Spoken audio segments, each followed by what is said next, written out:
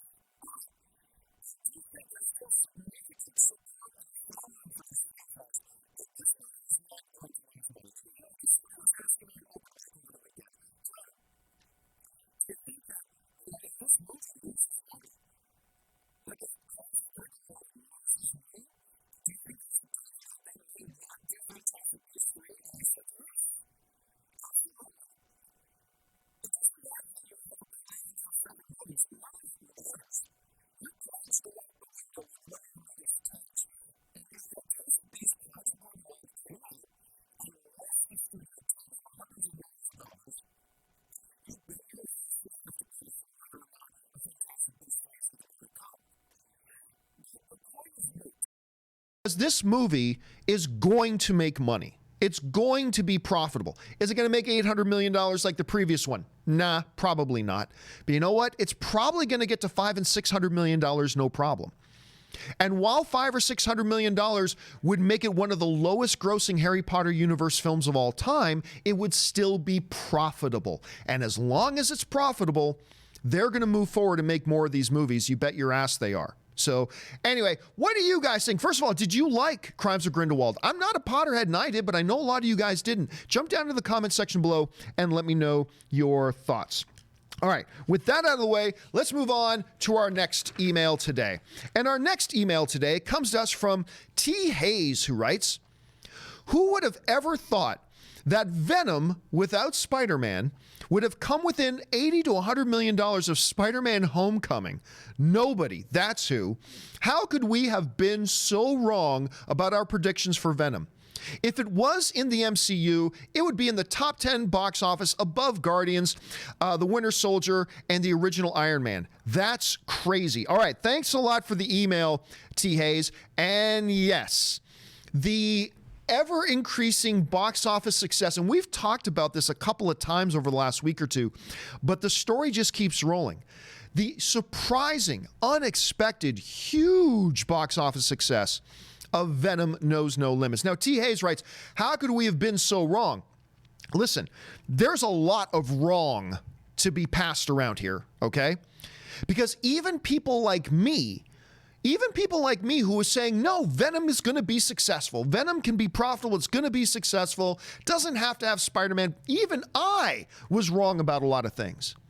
Because even though I said, yeah, it's going to be profitable, I said, yeah, but it's not going to catch Justice League. Remember that? I said that on this show. It's not going to catch Justice League, though. Let's not be silly. And then what did it do? It caught and passed Justice League. Then some people were saying, John, do you think it could hit 800 million? I'm like, oh, come on. Pump the brakes, kiddos. Yeah, maybe it could hit 700 million now, which we didn't think, but no way. Is it going to hit 800 million? Yeah, well, guess what? It pretty much looks like it is.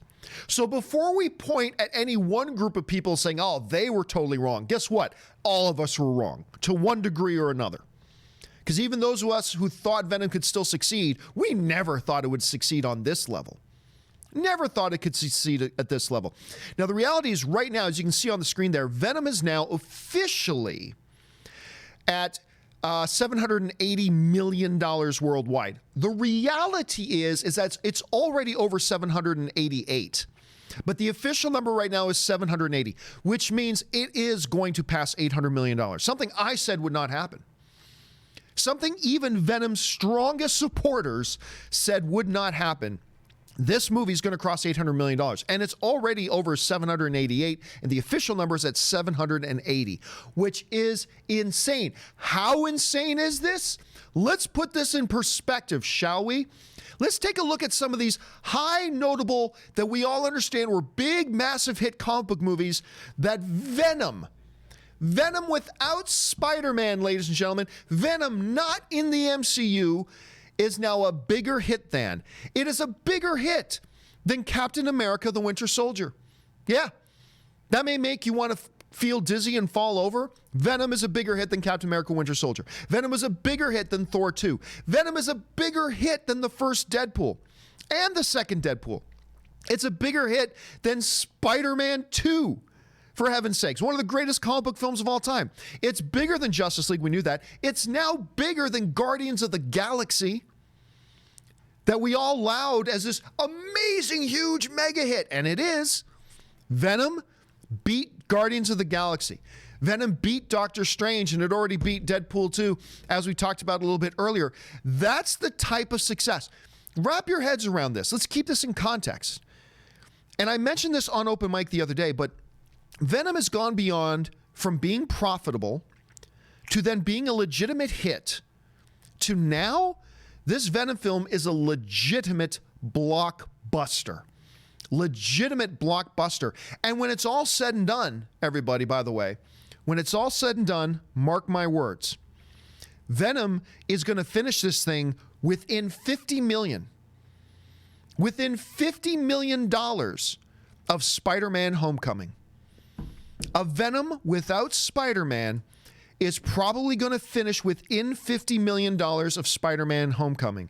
And guess what? I'm out of the doubting Venom business now. So if you were to tell me that Venom was going to pass Spider-Man Homecoming, I wouldn't even argue with you. I may not agree, but I'm not going to argue with you anymore because I've said it wouldn't pass this benchmark and it did. And then I said, well, it won't pass this benchmark and it did. So I am no longer going to say it's not going to pass any benchmarks. But I'm telling you right now, it's going to come within $50 million of that Spider-Man Homecoming film. Now, this brings us to a more significant point that I want to mention here. And that point is this. We often talk about, and this is a Venom movie that everybody said couldn't work without Spider-Man. Let's actually zero in on that for a second. And I'm not sitting here picking on people who said it can't work without Spider-Man and nobody cares about Venom without Spider-Man. It's not about picking on that because we all have been wrong to one degree or another about Venom. All of us have been. But I want to just take a look at the underlying thing. What this Venom situation has done is highlighted something that I bring up quite often, and it really puts an exclamation point on it here. We, who really move in these geeky, nerdy, comic book movie circles and comic book circles, we who know who and what Venom is, we who know the connection between Venom and Spider-Man, we who know all these stuffs about the comics, we are the absolute minority when it comes to the average movie-going audience. When it comes to the average movie-going audience, you and I are in the absolute minority. Because, you know, when a lot of these people were talking about, you know, Venom and all this kind of stuff, and that it can't work without Spider-Man, the underlying assumption was that everybody knows the connection between Venom and Spider-Man. And everybody grew up reading Spider-Man and Venom's always in it. The underlying assumption was everybody knows that Venom usually has the Spider-Man emblem on his chest and the history of the two characters together. And what the massive success of Venom has proved to us is that once again we are wrong, assuming that everybody knows what we in this small little geeky circle that we live in know. They don't know. And more importantly, they don't care. The average movie-going audience does not care what Venom's background history with Spider-Man is. They don't care. And I think this whole thing about Venom can't work and it's going to flop without Spider-Man, it all comes from that underlying erroneous assumption that the rest of the movie-going world thinks the same way and knows the same things and cares about the same things that we in this small minority, a very proud minority, but that we in this small minority know and care about and understand. And they simply don't care about those things, not nearly as much. And so, yes, a Spider-Man movie or a Venom movie without Spider-Man may very well catch Spider-Man Homecoming at the box office. And I think the moral of the story here as we move forward is, let's never let our underlying assumption be that the general movie-going audience knows or cares about the same things that we, who have more insider information and insider knowledge and insider experience with the comic book world, do. They just don't care about the same things we do. And these things can work without those connections to those things. And Venom has put a massive, massive explanation point on that, and that's something for us to keep in mind moving forward. Speaking of moving forward, let's move on now to email number 3. And the third email today comes to us from, nope, not T. Hayes, that we already did that one. The third email today, I should say, comes to us from, there we go, Mike P., who wrote, hey, John, where are we at here? Hey, John, I heard recently that Marvel may be looking at Travis Knight to take over the directing duties on Guardians 3. Should the studio wait to see how Bumblebee performs and the reception the movies get? Or should they lock up their guy now and get this thing into production sooner rather than later? All right, thanks a lot for the email, Mike. And yes, you guys probably heard there was a rumor that started going around the other day that Travis Knight, who directed the amazing film Kubo and the Two Strings, was being courted, possibly, to direct Guardians of the Galaxy 3. Now, that is being reported by a lot of people. It's important to keep in mind, though, where this story is coming from. All the outlets that are running this story, that Travis Knight may be directing Guardians of the Galaxy 3, it all comes from the same place. It's this little website we talked about a few weeks ago because they had another rumor start there.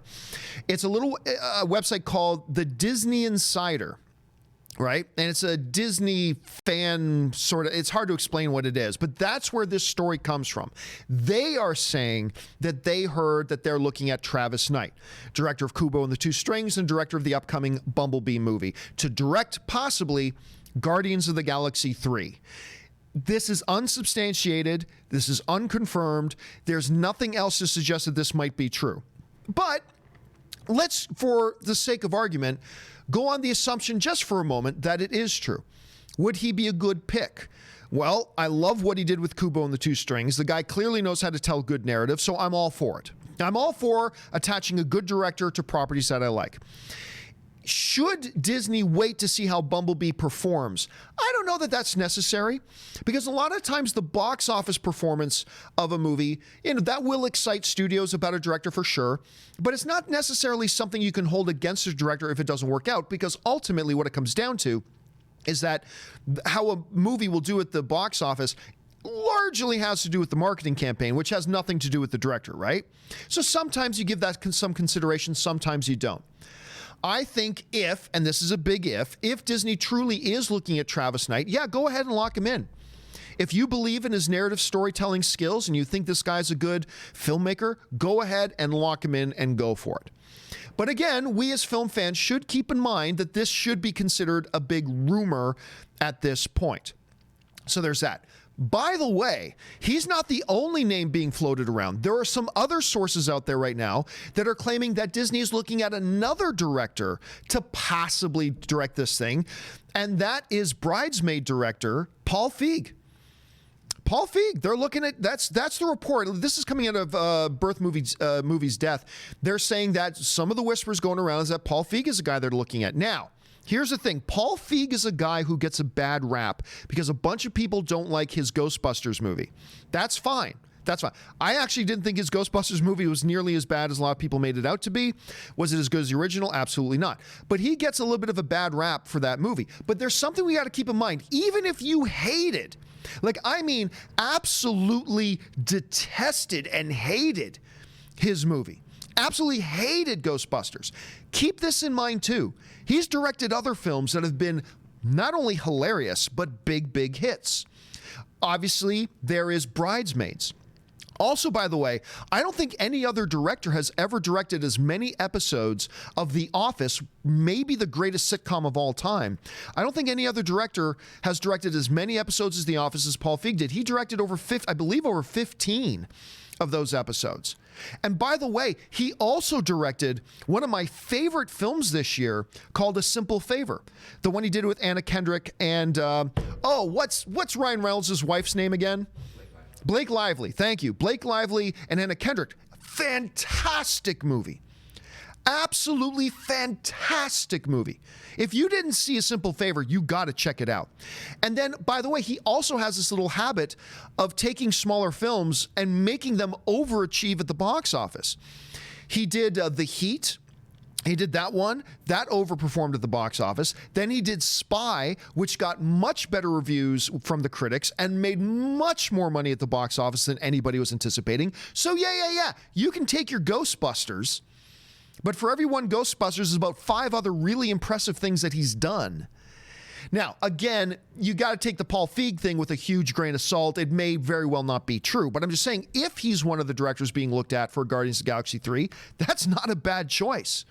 Even if you hate his Ghostbusters, you got to admit it's not a bad choice when you look at his full body of work. So whether it's going to be Travis Knight or whether it's going to be a Paul Feig or somebody else in the middle there, who knows? We'll have to wait and see. Or probably the truth is it probably won't be either of them. Might be end up somebody else. But let's see how this all works out. All right, let's go on to the next email today. And the next email today comes to us from Carlos Maldonado, writes, my question is, since Disney announced Bucky and Sam Wilson getting a show, do you think it would be a cool idea to connect the series with other Marvel television properties like Luke Cage and Iron Fist? And since both of their shows got canceled, and the Netflix stuff is probably going away, I feel this is perfect to integrate them into the universe. All right, thanks a lot for the question, man. And of course, yes, we know a couple of things. We know Iron Fist has been canceled by Netflix. We know Luke Cage has been canceled by Netflix. We also know that we're going to be getting this Falcon and Winter Soldier limited series coming to the Disney Plus streaming service, which I think all of us are pretty excited about. This sounds fantastic. So it raises the question, should Disney streaming look at integrating these characters, Iron Fist, Luke Cage, into their Disney Plus stuff? Since, maybe as is put in the question, maybe it looks like everything in the Netflix universe stuff is going away. Let me address that first. Everybody has been making some big assumptions that since Luke Cage and Iron Fist are done, that means pretty soon Netflix is just going to stop making their shows altogether. I don't think that's necessarily true. I think Netflix is very happy with Daredevil. I think they're very happy with Punisher. So we know we've got more series coming from them at the same time. So I don't think anybody should be making any assumptions that overall Netflix is going to be done. And by the way, remember, Disney doesn't have the right to just pull them back over to Disney Plus. As long as Netflix wants to keep making those shows, they have the right to do that. And there's really not a lot that Marvel or Disney can do about it at this point. Okay, so then what about these canceled shows like Luke Cage and Iron Fist? Could they integrate them into something like a Winter Soldier Falcon series? You could, but I don't think they will for a couple of important reasons. Important reason number one, it seems like Marvel has been going out of its way the whole time never to have any connection between the MCU and what's going on in the Netflix universe. Yes, in the Netflix shows, there are a couple of times there have been some very vague references to MCU stuff, but they have been kept purposely very, very vague, and they very purposely have never been directly connecting those things. So I don't think they're going to start doing that now. The second important reason why I don't think they're going to integrate these guys in is, why would you? Why would you take the two least popular characters that were on the Netflix series that got dumped because their ratings were so bad? Nobody liked Iron Fist, and Luke Cage started losing fans by the bucket load. So even if you wanted to integrate the Netflix stuff into the MCU, which I don't think they want to do, why would you do it with the two least popular and least favorite series characters going? Why would you do it with them? That to me makes no sense. The third and maybe the most important reason is, look, we all know the whispers and the rumors. Perlmutter and Kevin Feige simply do not like each other.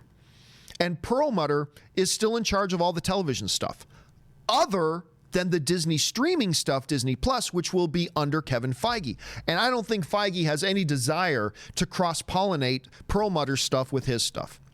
Now, granted, that one is more gossipy. That one is more like rumor has it. But I mean, come on. Everybody's known forever that Perlmutter and Feige don't like each other.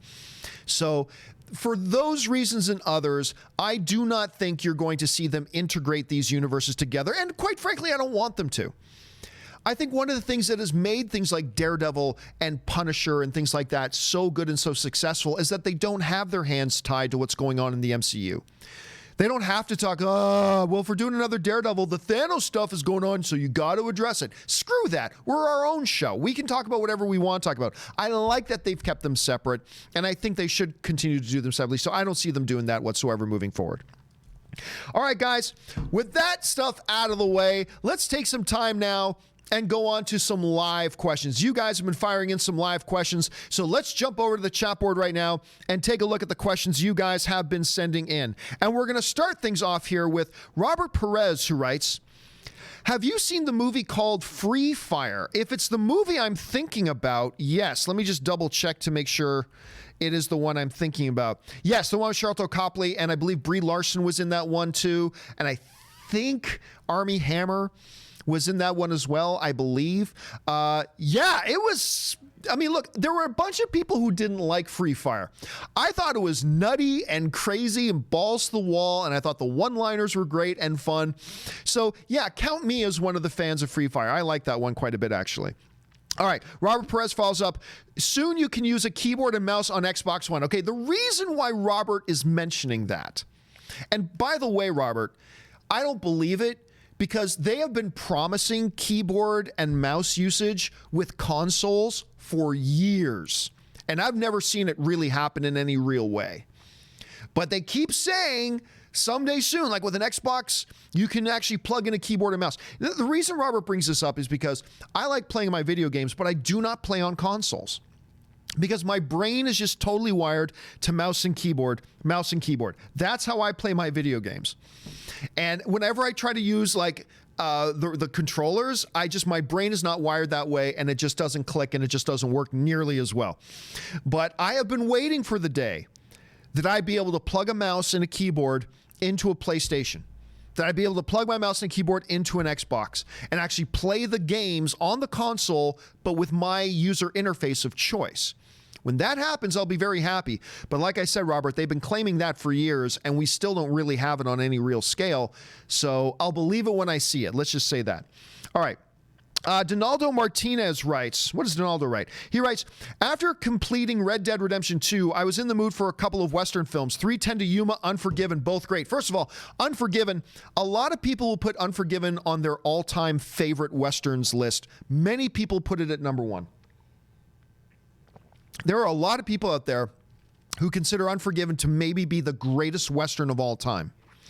And 3:10 to Yuma, well, there's two. There's the original 3:10 to Yuma, and then there was the remake with Christian Bale, Russell Crowe, and what's the name of the guy who plays Angel in X-Men 3? And he's why am I forgetting his name? Foster. Who? Ben Foster. Thank you. Like one of the most underrated guys ever. He's in that. By the way, Ben Foster upstages Christian Bale and Russell Crowe, two of the greatest actors in the world today, and he upstages them both. I really like 3:10 to Yuma. Not enough of you guys have watched 3:10 to Yuma, so good on you, Donaldo, for checking that one out. All right, Rodrigo Ortiz writes, someone mentioned Black Klansman yesterday, so I gave it a shot. Not only was Adam Driver great, but Topher Grace was too. Holy shit, I want to see more of him. Yeah, so yesterday on Open Mic, somebody brought up Black Klansman in relation to Adam Driver, and we talked a little bit about that. And Adam Driver, look, I'm not guaranteeing it, and I'm not saying it's a snub if he doesn't get it, but I believe there is a legitimate argument to be made that Adam Driver should be considered for Best Supporting Actor this year for his role in Black Klansman. Black Klansman is fantastic. It's going to end up in my top 10 favorite films of the year list, and Adam Driver was great. But you're right, it wasn't just Adam Driver. The whole cast was great, and surprisingly enough, Topher Grace, who I admit, I don't have a lot of love for Topher Grace. I don't dislike Topher Grace, but when I think of actors I really enjoy, Topher Grace is not a name that comes to my head. I'm telling you what, Topher Grace was wonderful in Black Klansman. Absolutely fantastic in that. So check that out if you guys haven't seen it yet. Certainly better than Sorry to Bother You. Anyway, Sharan Aurora writes, 51 points, 8 rebounds, 6 to 8, 3 p.m. I think that was probably a typo. In his 16th season, damn. Talking about LeBron James. I keep telling you guys, LeBron James is the greatest basketball player on the planet. He has been for over a decade. He continues to be. You know, and you want to know, you want to see proof in the pudding? Here's the proof. Cleveland Cavaliers last season went to the NBA Finals. This year, without their first year without him, they're dead last in the NBA. That's all you need to know. At this point, Ray, you follow the Lakers more than me. At this point last season, what do you think the Lakers' record was? I don't know for sure, but it was under 500. I'll tell you that. It was way under 500. Add LeBron James, boom. They've won 9 out of their last... they're 9-7. They're 9-7 overall, so they're 9-4 in their last 13 games. 9-4 in the last 13. On a terrible team, because the Lakers suck. Sorry to break it to you guys, the Lakers suck. But they got a winning record now. Why? Because he just added LeBron James. Goes off for 51 points last night. Crazy.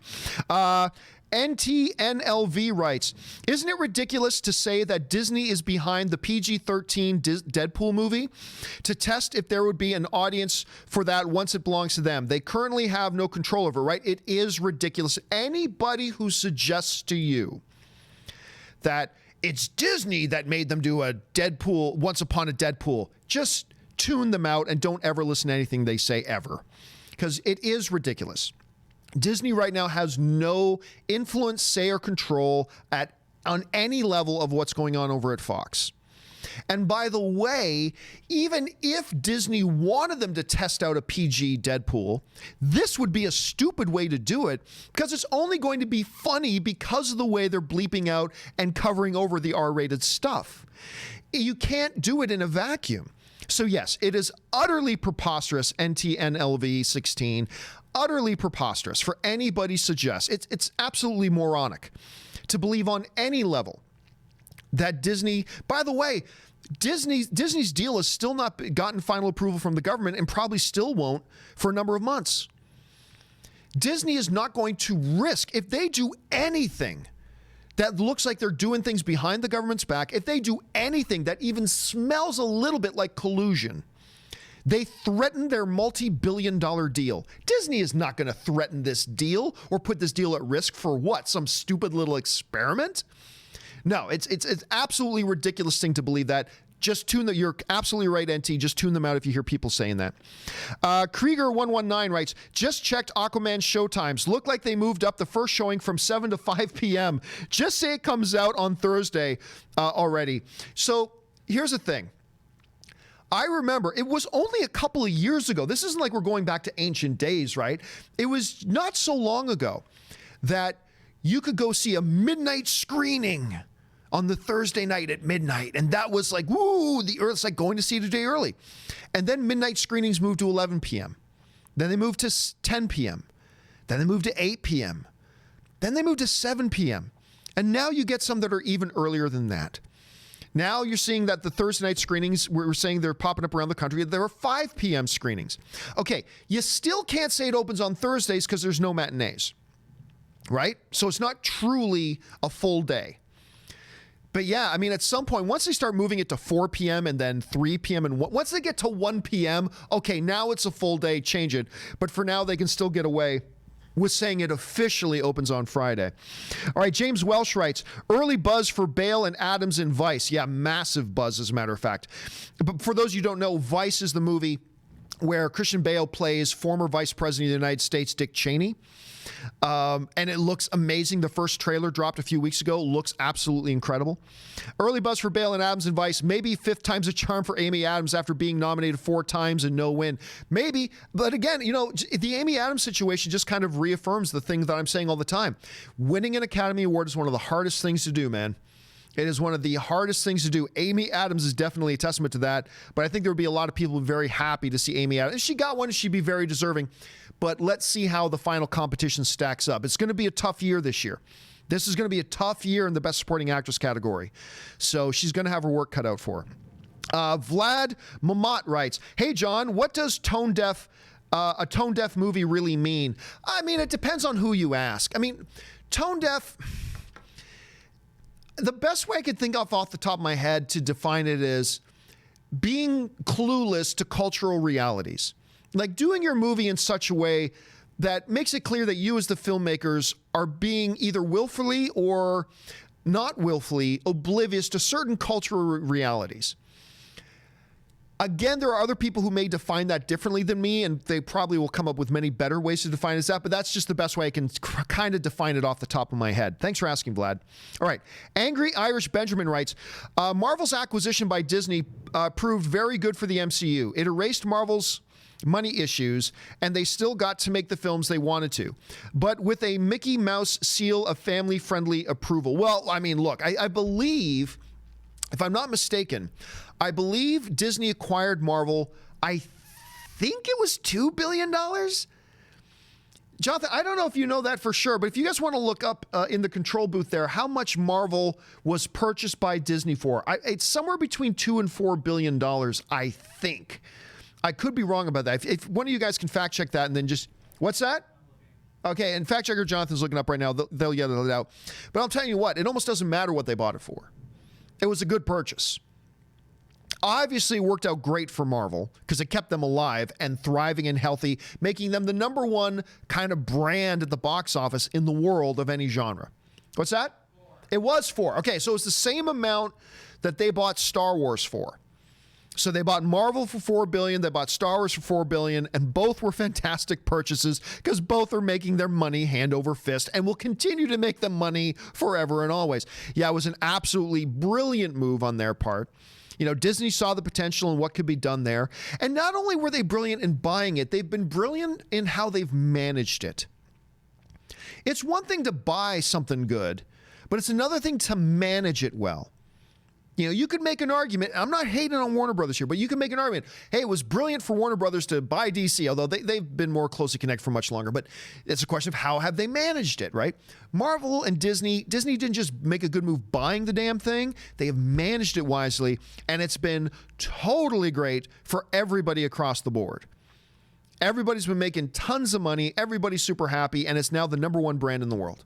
So something to keep in mind. Angry Irish Benjamin follows it up with, now that the X-Men, Fantastic Four, and Deadpool franchises are joining those already bunking at the House of Mouse, I believe they will be in good hands. Do you? I have, look, will they be in good hands? Of course they'll be in good hands. I mean, Disney has managed, if we want to talk about how they manage comic book properties, they've clearly done a pretty damn good job managing the Marvel stuff. So there's no doubt they will be in good hands. I am still not happy about it, though. I'll be honest, I'm still not happy about it.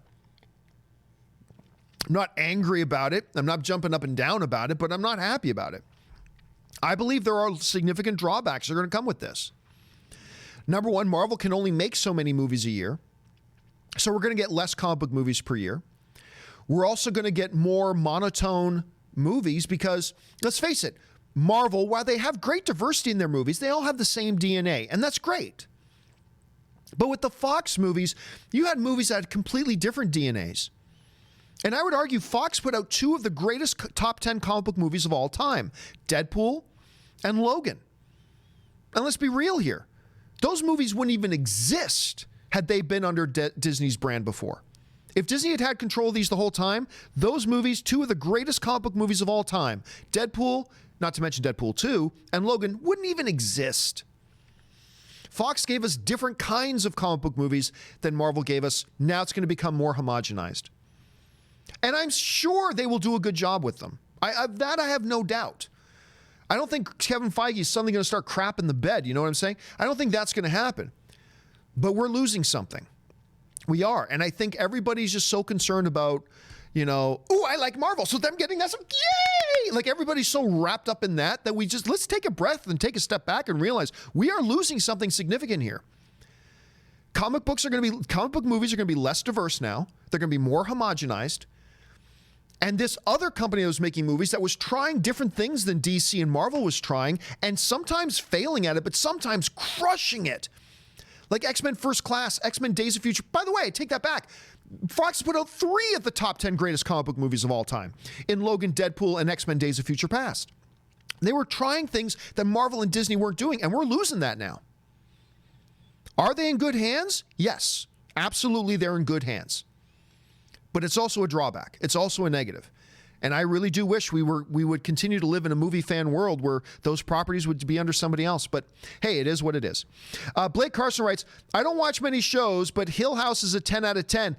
Even Ray, who cannot handle horror at all, even Ray has been saying how much he likes The Haunting of Hill House. Anne loves it too. I'm a few episodes in. It's very good. It's very good. I still think the best new television show on TV this year has been Mayans. And I was late to the party on Mayans because I thought it was just a poor man's Sons of Anarchy. It's really good. Exceptional writing, great performances. Edward James Olmos is amazing in it. But yeah, Haunting on Hill House has been really good too. Dervunderbar writes, wow, new intro, cool. Maybe I've been around for a while because that intro's actually been around for a while. But welcome back to the party, Dervunderbar. David Goldstein writes, opinions on Arrow so far this season. You know what? Not bad. Not bad. I was first of all, I've been very hit and miss with Arrow over the years. I used to love it right up to midway through season 3 when they went with Captain Buckles and they did that ridiculous thing. Oh, you took a couple of night boxing classes? Great. Here's a leather costume with 1,000 buckles and a stick. You're a superhero now. Yay, Laurel. And that made me abandon the show. I came back onto it just because I like Stephen Amell so much. And they've done some things okay. They've done some things really crappy. This season has been interesting, and I was pessimistic about the idea of separating Arrow from the rest of the characters by having Oliver in prison, kind of doing a little bit of a Supermax motif, but having him in prison separate from everything else. And there's still things about that I don't like, but I gotta say, I've liked it more than I thought. I'm not willing to give it an A grade or anything like that, but I gotta say I've liked it more than I thought. So far, not bad. Not bad so far this season with Arrow. Sawyer Sabol writes, the audio sounds weird. I don't know. We're getting a lot of people who've been texting us saying the audio sounds perfect, but a couple of people saying the audio sounds weird. It's probably a YouTube issue on your end, but it's sounding good for most people. But it does sound like there's a couple of people it's not working for. But that's a YouTube issue because it's streaming out perfectly at this point. Dervunderbar writes, I'm moderately hyped for Avatar 2. Well, look, no one can blame you for that. There are reasons. There are legitimate reasons that you could be excited for Avatar 2. Look, the first Avatar... First of all, it's the biggest film in Hollywood history by a mile, and it did some things we had never seen before. I think you'd be forgiven for not being all that excited, but I also think you're probably in pretty good company for feeling excitement. Yeah. Sebastian writes, writes, what the hell is the Killing Joke? I'm a newbie. Look, honestly, instead of me sitting here trying to... Instead of me, all it takes is one bad day. Instead of me sitting here trying to explain the Killing Joke, Sebastian, honestly, I wouldn't do it a good service here. The best thing for you to do is to just jump onto Wikipedia and look up the Killing Joke. They will have a much better description for you than I probably would at any rate. All right, let's keep things going here. The next one comes to us from Kevin Brown, who writes, Avengers 4 trailer, $100 on the 28th or the 29th. It's certainly possible. Look, I've said for a while that I believe we're going to get an Avengers 4 trailer before the end of November. I'm not convinced of that. I've had some people tell me it was going to be in November. I don't know if I believe it, to be honest with you, but there have been other reports saying by November. But guess what, guys? Somebody brought up on Open Mic yesterday, Thanksgiving Day weekend. I mean, I don't know about you guys, but I mean, if I'm going to drop it in November, why not drop it Thanksgiving Day weekend? It's a big, a lot of people are off work, spending more time on the internet. No, John, they're spending it with their families. You're spending more time on the internet. Let's be honest here. So I actually think there's a possibility. I'd put a 25% chance it could actually drop this upcoming weekend. I wouldn't be surprised. I don't know that it is for sure, and I wouldn't go over 50%, but I'm going to go 25% on that. Dervunderbar writes, Hail Terry Gilliam. That is a weird dude. Terry's a weird dude, man. He does some really interesting and different kind of stuff. And just for the fact that he's a dude in Hollywood who does interesting stuff. For that reason alone, hail him. Dervunderbar follows up again. Just watched Deadpool trailer. Hilarious. Absolutely hilarious. I just about died. And again, that one shot of him with the old couple and him saying, I loved you enough, then leaning over to the old guy, don't get too attached. I just about passed out from laughing so hard at that. Tori Timmons writes, hey, John, love the show. Thank you so much, Corey. I have watched Titans, and it's awesome. I love it. Have you seen? It has 83% of Rotten Tomatoes. I love all DC, and I like some Marvel. No, I haven't watched it. I don't plan on watching it, at least until there's more on this Warner Brothers streaming service, this DC streaming service, worth watching. I'm not going to get it just for one show. Maybe if the trailers got me excited for Titans, but they didn't. Let's call it what it is. The trailers were shit. They're absolute awful. So they didn't do anything to get me excited for it. It's encouraging to hear some people like it. That's encouraging to hear. People like yourself, Corey. That's great to hear. But even then, nah, I was already not excited for it, and I'm certainly not going to get it for one show. What I am fascinated in is their Swamp Thing show. So I think once they put up a couple of more original shows like Swamp Thing, now you got Swamp Thing, now you got Titans, okay. I don't care about their library stuff because I can watch their library stuff on other services. What I care about is the original shows. So once they have at least two up there, then I'll sign up and I'll give it a chance. So I haven't watched it yet, and I probably won't until they get at least another marquee show up and online. But thanks for sharing your thoughts on it, man. Static Space Sean writes, is too much content negative to society? Disney Plus will be taking more of my money and time. Are we slaves to the corporate overlords, Disney/Netflix? No. Look, there are a million things you can spend your money on right now without a Disney streaming service. There's a million things you and I can spend our money on. Them introducing a new streaming service doesn't change anything. We're still in the same situation we were before. We, as adults, need to make choices about our spending, and we need to choose what things we think are worth spending our money on. That hasn't changed. Like, I have a choice right now. I can spend $700 and go and try to watch a UFC fight, or I can make the choice going, $700 for a ticket to that is unreasonable, therefore I'm not going to spend it. It's just a matter of choice. It's never bad to have options, and it's never bad to have choices. You, as an adult, though, just need to make choices for yourself as to how I'm going to prioritize what I spend my money on. And that means you can't watch everything, but you can't watch everything now. You make choices now about what you spend your money on. None of that doesn't change at all once the Disney streaming service starts. All right, guys, we just got a few minutes left here. I'm going to go through pretty quickly. Let's see. Evil, I like the way you do their name there. Showing my girlfriend the Star Wars films for her first time. Any advice for order? I'm thinking 4 Rogue, 5, 6 Solo, 7 and 8. I would actually go I would go not chronological. I would go in order of release. I would honestly start with, Star Wars. Just start with Star Wars, A New Hope. Then do Empire. Then do Jedi. I would personally skip the prequels. As you're saying, no prequels. At that point, Rogue, Solo, 7 and 8. That sounds good. But I would personally start with, I would just do the original trilogy first and then go into the rest. That's just me. I still remember when I was dating Anne, and things we're starting to realize, hey, this isn't just a 3 or 4 week fling thing here. We actually kind of dig each other. And I was starting to thinking, is like, hey, this girl's really cool and she's really special and it makes me happy when I'm around her. And I was thinking this might be a longer term thing. She and I had to have a serious talk. We had to have a serious talk.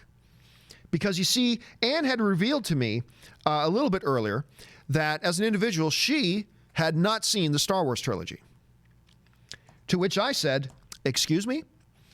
And then when it became clear that we were about to get a little bit more serious, I had to sit down with Anne and tell her this. Say, look, for this to move forward, for this, whatever this is, to continue to grow and develop and become the beautiful, magical thing that it's becoming, you got to watch the Star Wars trilogy. And this cannot go any further until you sit down and watch the Star Wars trilogy. To this day, I don't really know what would have happened had she watched them and not liked them. I don't know if Ray and I would be brother-in-laws right now. I really don't know what would have happened had she not. But thankfully, we never had to find out because she watched the Star Wars trilogy and instantly fell in love with them. Palpatine is her favorite Star Wars character of all time, by the way. So when she was at an event last year and got to meet Ian McDiarmid and get her picture with him, it was like the highlight of her life. So Evil, I've been there myself, my friend. I've been there myself. Devarnabar writes, the sound is fine, no distortions on my TV. Yeah, so some people are saying they're having, but again, I think that's an individual YouTube issue. Thanks for sharing that, Devarnabar. JTW Geek writes, hey, John, love the show, longtime fan. Thank you so much, JT. I grew up in Diet Canada, Minnesota. I love Minnesota, by the way, and I absolutely love hockey. Why aren't there more hockey movies? Well, I mean, first of all, number one, hockey's not a huge sport in the States, although it's been growing. But really, when you look at it, there are more hockey movies than you would think, whether it's one of my favorite sports movies of all time, Mystery Alaska. There's Miracle on Ice, Mighty Ducks, a Slap Shot. There are actually more hockey movies. What was the one with Rob Lowe? Does anybody remember that one? Rob Lowe did some hockey movie like back in the 80s too, and I can't remember what it was called. But there are actually more hockey movies than you think there should be in the States. You know what I mean? But really the ultimate reason why aren't there more here was because hockey's not as popular of a sport as in the United States at any rate, as say, baseball, which isn't even a real sport. And everybody just got mad at me. Okay. Baseball, it's not as popular as basketball in the United States, not as popular certainly as football in the United States. So that's probably the biggest reason why we don't see more of those movies. Youngblood, thank you, fact checker Jonathan. David Goldstein writes, thoughts on John Barrowman returning to Arrow. First of all, I love John Barrowman. I think John Barrowman elevated. Like, I remember back in the day when I used to do an Arrow after show, and I remember there was this one episode where Barrowman and Stephen Amell were acting across from each other. And I remember saying, you can see Stephen Amell becoming a better actor just because he's doing a scene with John Barrowman. And I meant it. You could see, Stephen Amell has always gotten better and better and better in the role. But when he started doing these scenes, these deep scenes with John Barrowman across from him, you could visually see him becoming a better actor. That's the type of performer John Barrowman is. And even if it creates some narrative problems, it's a comic book show, who cares? I love the idea of him coming back if that actually happens. Raymond Verrata writes, Thanos took half of your audio today. Yeah, there you go. So some people not saying it was Thanos' snap that did it. Kari Neves writes, without headphones, just hear Cicada, not John. Dan Ketchum writes, Supergirl sucks, but Melissa is good and hot. Ray is clapping his hands over there. Yeah, I cannot get into Supergirl. I've even been trying to watch Ray knows this. He can say, I've been trying to watch this season of Supergirl. I've been trying simply because Sam Witwer's in it. But I'm 3 episodes in and I still haven't found Sam. Or it might be I'm 2 episodes in and haven't found Sam yet. But yes, I think the girl Melissa, I keep forgetting her last name. Benoist something like that. She's a great Supergirl. She's got that great kind of girl next door innocence kind of thing about her. I like her very much in the role, but I just have not been able to really like the show. Cobra writes, Crimes of Grindelwald did great overseas, better than the first one. Yeah, because while it opened here in North America at $62 million, which is the lowest of all the Potter films, I think globally, I mean, like $270 million in its opening weekend. Now, you can't compare global opening weekends because every movie opens in different number of countries every time. So it's not an apples to apples comparison. You can only apples to apples comparison the domestic box office, but still pretty good opening for it on that level. Let's see what kind of legs it has in the long run. Let's see. Carrie Neves is saying sounds good. Dervunderbar writes, John Carter was intended to be a trilogy, but when it tanked, the trilogy was canceled. Yeah, that's the thing. Some people will say, oh, it doesn't matter if this movie tanks because they already said they're planning on doing 8. That doesn't matter. Like Mike Tyson always said, everybody's got a plan until you get punched in the mouth. It was that. And also remember that Dragon novel series? What was it called? Aragorn or something? Aragon, something like that. They did the first movie of that planning to do the trilogy. Yeah, where's parts 2 and 3? They canned them because the movie failed. So, yeah, believe me, it doesn't matter how big Harry Potter is. If Fantastic Beasts: The Crimes of Grindelwald tanked and lost money, which it won't, but if it did, you bet your ass there would be some questions about whether or not they're doing a number 3. Okay, really going to go quick here now because I don't want to have any left over here. I'm going to go really quick through these things here. I'm Upset writes, Adrian Greener, Vinny Chase, cameos in Aquaman, over under 5% that we see Vin from Entourage pop up in the I don't think so. But I'll tell you what, there would be a lot of people chuckling in the movie theaters across North America if he suddenly popped up and did a cameo. That would be funny. I'm going to give it a 0% chance. I don't think it's going to happen, but oh my God, now I hope it does. Finn Barrett writes, it's my birthday. Just watched Scott's Tots. Scott's Tots! The most uncomfortable, painful episode of The Office to ever watch, which makes it one of the best episodes of all time. If you have not seen Scott's Tots, watch it. You will find a new definition of pain. It's just so awkward. It's amazing. And happy birthday, by the way, Finn. Max Zwatch writes, really enjoying new Ray Donovan season. Caught up? No, I only watched up to the end of last season. I have not watched the new season yet. I'm behind on a lot of stuff, but I am curious to check up on it because I understand he's moved from LA to New York now. I want to see what goes on there. Krieger119 says, I have a huge childhood memory of white people let me try this again. I have a vague childhood memory of white people think one was Willem Dafoe in black leather. LOL, sounds weird, but do you know what the movie is and is it good? Willem Dafoe, some white actor wearing black leather. Maybe it's The Matrix. I don't know. I'm sure there are many, many Willem Dafoe movies have done over the years where he's worn black leather, but I'm sorry, Krieger. I can't pick one out of the top of my head. Maybe you guys who are watching live know which one he might be talking about. Jump into the comments section and help Krieger out. All right. David Goldstein writes, Legends of Tomorrow is getting cringeworthy. I'll tell you what, guys, I haven't even watched a single episode of Legends of Tomorrow. It was already starting to lose me for a while. I've never loved the series. I've thought it was watchable for a while, but I just have no interest. I haven't even started watching this season, so I'm not surprised to hear you say that, David. Ali Hussein writes, Sony, without doubt, is going to extend the deal with Marvel to use Spider-Man. When do you think they're going to announce that?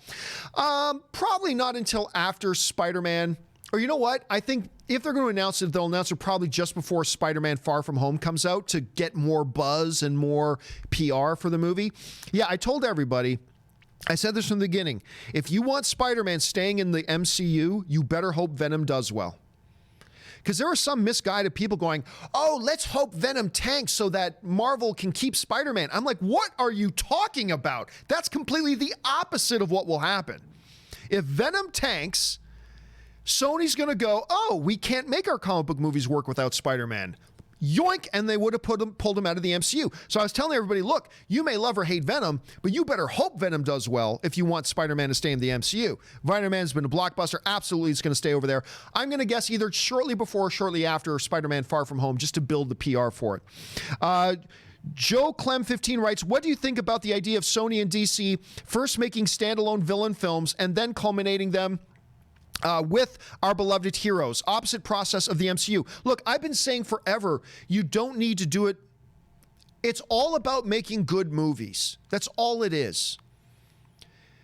Everybody who says, oh, everything would have worked with DC if they had made 5 standalone movies first and then did Justice League, it wouldn't have made one squirt of piss a difference. If you're not making movies people like, it doesn't matter. And guess what? If Man of Steel had come out, which I think is the most underrated comic book movie of all time, but if Man of Steel had come out and all the fans and all the critics and everybody loved it, we wouldn't be having this conversation. It wouldn't have mattered. If Batman versus Superman had come out and all the critics and all the fans loved it, if they had made it in such a way that everybody loved it, we wouldn't be having this conversation. It's not about the formula of, do you start with a team-up movie or do you start with individuals? Well, you need to start with individuals. It has nothing to do with it.